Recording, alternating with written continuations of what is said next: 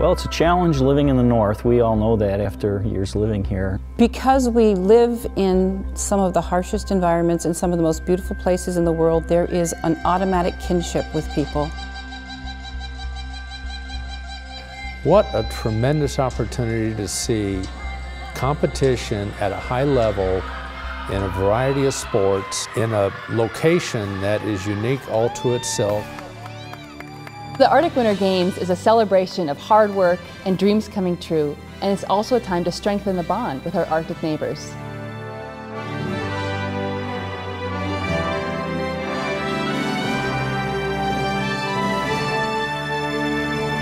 When you've got teams coming from Russia and Canada and Greenland and sometimes even from the Scandinavian countries, it really broadens our horizon of who we are as an Arctic state and getting to know our neighbors that also share that Arctic realm where life is quite different than in the lower 48 and the southern hemisphere.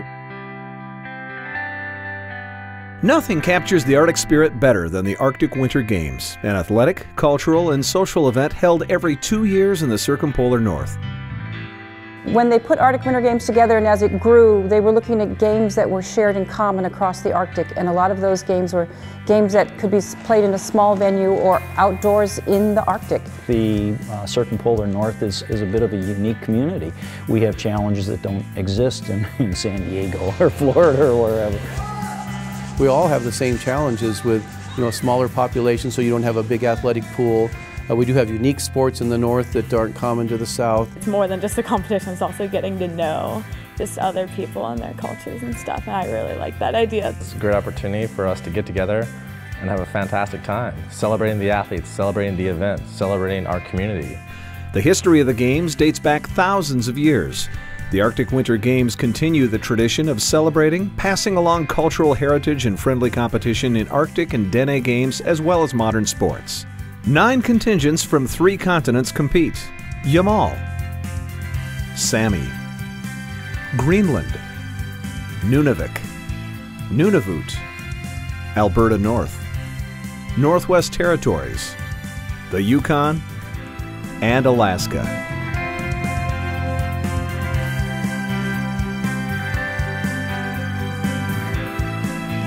More than 2,000 athletes ages 13 to 24 will participate in 20 different sports, including alpine skiing, Arctic sports, snowshoeing, and figure skating, testing their concentration, courage, and commitment. Thanks to the cultural programs and the events of the Arctic Winter Games, we're able to pause for a moment and focus on our rich histories and the common experiences that people in the Arctic have. For 1 week, beginning on Saturday, March 15th, 2014, Fairbanks, Alaska will host the 23rd Arctic Winter Games. It's the largest multi-sport and cultural event of its kind in the world. Here in the Fairbanks community, we are so excited to participate in these 2014 Arctic Winter Games. It's a bridge to all the values that we find important. When you have 20 sports coming together, it is the largest gathering of this type of a sporting event anywhere, anytime. Well, people across Arctic lands have been playing games and participating in games for thousands of years. The Arctic Winter Games were created to promote and celebrate sports, social connections, and cultures in the circumpolar north. They provide a venue for developing athletes to compete and connect in a friendly environment. Well, obviously the ministers of the Yukon and the Northwest Territories, combined with our governor, Wally Hickel, in the late 1960s, realized that northern athletes were having a very difficult time when they would go south to compete. They basically got together and said, look, we need to create an event where our northern athletes have a chance to compete against contemporaries that they can have success with. So that was the genesis of the idea. Now, what really struck a chord, of course, was the Arctic Winter Games. It's much more than a sport competition. It's really about the social exchange for people from across the circumpolar world. The Games provide an opportunity for young athletes to get together in healthy competition. But the other piece of it is that they get to talk about what's important. In the late 1980s, there was a fairly important meeting in Dawson City, Yukon, of the Arctic Winter Games International Committee and political leaders, where they said, we need to expand these games for them to be grow and to become more vibrant. So in 1990, when the games were back in Yellowknife, there was a small Russian cultural contingent, a small Greenlandic cultural contingent came to those games. Well, the inclusion of more teams from different countries, I think, is very important, because the more inclusive it is, I mean, we'd like to circle the entire northern globe at some point. First games were held in Yellowknife in 1970, so from 800 in 1970 to about 2000 today, it's made that huge transition. Games run the gamut from basketball, indoor soccer, volleyball, curling, and then games that have been played in the Arctic since ancient times. The games provide an opportunity to strengthen sport development, to promote the benefits of sport, to build partnerships, and to promote the culture and values of the circumpolar North. It's a pretty amazing experience being able to race against different regions throughout the world and getting to know other cultures. The mushing in Arctic Winter Games is sprint mushing. There's a 4-dog class and then a 6-dog class. You know, as I recall, we had basketball and hockey, and I think they had badminton and, volleyball and some of those sports like that, but very few sports really. Like right now with speed skating, I'm competing internationally on the road to the 2014 Olympics in Sochi, and the Arctic Winter Games were the spark. When the 88 Games, I was one of 3 or 4 cross-country skiers my age on Team Alaska, and my best memory of those games was winning the gold ulu for the team relay. That was the highlight. That was the first time I experienced a synergy with other athletes to accomplish something very exciting. Finger pull, which is basically a game to help strengthen your fingers and to help keep your hands ready to do whatever you need to do, whether it's pulling in fish or doing whatever. The second game is snow snake, which is a spear is a spear that you throw onto the ground. And then there's the Indian stick pull, or what they call in Canada stick pull, is where they have a wooden dowel greased and 2 participants grab on it and pull. And then there's the hen games, which is the most fun game of all, and it's just basically a very, very old traditional gambling game where 2 different teams would meet, 2 different villages would meet, and they'd play. We have a number of sports that most Americans and Canadians will recognize: hockey, volleyball, basketball, and some really exciting competition in those areas. But then there's a whole bunch of other really unique Arctic sports: dene games, dog mushing, Inuit wrestling, snowshoe biathlon, snowshoeing. There's nothing quite like watching a young person do a 9-foot 6-inch 1-foot high kick. It's an incredibly athletic event. Athletes from across Alaska and the circumpolar North train year-round to make their respective teams. I think really chance of a lifetime. A lot of kids in rural Alaska, very seldom get to urban Alaska, yet less to maybe a big city in Canada or any of the other places that might host the games like Nuuk or any of the others. And so really an opportunity to really have their eyes wide open about different experiences, both social, educational, cultural, and certainly athletic. You're going from a place that has 90 people and you're going to a competition that has over 2,000 people involved in it. Competing in Whitehorse was definitely a new experience, and also competing with people around the world was just unreal. And that kind of the value you can't put on those types of things, it's just incalculable. How important that is to developing young people. Former Arctic Winter Games athletes have gone on to compete in the Olympics and play professionally, as well as become respected business and civic leaders in our communities. Well, the leadership aspect is really is one of those long-term legacies that just keeps paying dividends again and again. Whether it's an Olympian or whether it's a mayor or a chief. Propelled me to fulfill a long-time dream, and 14 years later, I represented the United States at the Olympic Games in Salt Lake City. The whole time, I tell you, that Arctic Winter Games experience was in my back pocket, propelling me forward. Well, one of my favorite participants years ago in the Arctic Winter Games is Reggie Jewell. He's now the mayor of Kotzebue. Here was a guy who probably, as a kid growing up in Northwest Alaska, had some of his first experiences with people from other Arctic nations through the Arctic Winter Games. For me, athletics was everything, and without it, I really don't know where I'd wind up.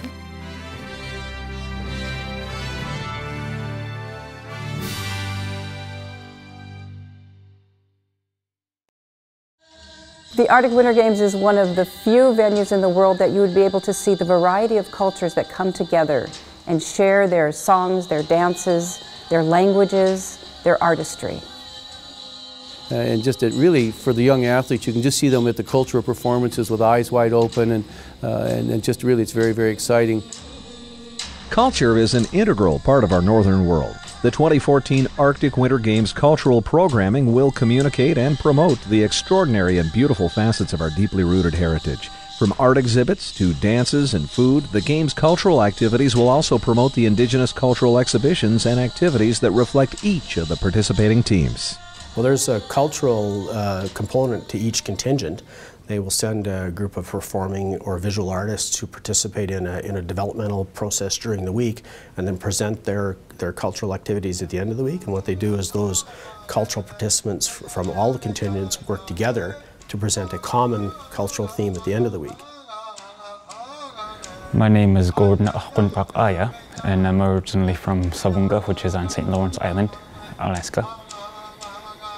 I went as a cultural delegate, and I got recommended, I guess, because I'm a lead singer for people down here in Anchorage, and I speak my language pretty fluently. That you sometimes don't really take advantage of the culture in your state until there's an opportunity like the Arctic Winter Games where you all gather together, and whether it's song or dance or arts and crafts, storytelling, then you have an opportunity really to learn that there's an awful lot in common amongst the northern people.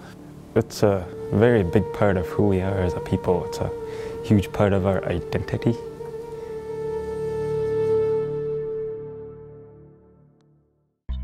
It's a week of making great friends, but it's just such high energy and fun that these are people that you just connect with. I was really glad I went. It was so cool just meeting people from all over. It not only makes friendships for a lifetime, but when we see our other people from Canada, we are a family. We're a circumpolar family, which no other community in the world has. The Arctic Winter Games provide a unique opportunity for people in their respective jurisdictions across the circumpolar north to establish friendships and business partnerships. At the Games, you get together with some of these people and you're able to forge a friendship, make a deal over pins, sometimes with someone who can't even speak the same language as you, and you're doing it with sign language, but there's that understanding of commonality, of shared ideas and shared values and shared culture. Since the game started, there's been pins. Contingents bring them in by the bag load, so that they can give them to the participants, and it becomes a real way for, even if you're not an athlete or a cultural performer, get onto the pin trading tent and get to meet some people from around the world. Even if you want to trade a coat for a coat or a hat for a hat, sometimes you can just do simple things like that. But also, when you get to know someone really well and you get to be around them and stuff, they will actually really start to honor you, and you will honor them. And sometimes what has happened to my father is that people have given him their own drum, and so it's been a really powerful experience, because when they gave the drum to my father, it's changed my father's and my life through being there at Arctic Winter Games. I'm still in contact with a lot of the people I met just through my sport and stuff. So we're always hey, I'll see you at the next Arctic Winter Games. It's also an incredible opportunity for communities to get involved and support the Arctic Winter Games through sponsorship and volunteering. Volunteering is a lot of fun. You might look at it as an obligation, but really it's going to be probably more rewarding for you as a volunteer than it will be for the athletes who are competing. And it'll be really enriching for people in the spring to kind of get out of the cabin fever and make this the best Arctic Winter Games we've ever had. Well, we figure that we'll need 2,000 volunteers. You'll need as many volunteers as you have athletes. That's kind of a guide. Sign up. You can sign up on the web. There are so many ways to get involved in the Arctic Winter Games. Fairbanks, we need your help to come out and create a world-class welcome to these athletes. A couple ways you can get involved. Financial support. These games cost a lot of money, hosting all these athletes for 10, 12, 14 days. That's a lot of expense, and we need financial support. Another way, countless volunteers. We need volunteers to help with transportation, help with ticket taking, all sorts of paperwork, you name it, we could use volunteer help. From large cities like Anchorage and Whitehorse to remote villages like Nuuk and Savunga, athletes will come to represent not only Alaska but all the circumpolar north at the 2014 Games. There they will test their concentration, their commitment, and their courage. You may be learning about the Arctic Winter Games for the first time, or just realizing that we haven't had the chance to sponsor or host the Games in Fairbanks since 1988. We're really, really excited to see them come back to Fairbanks.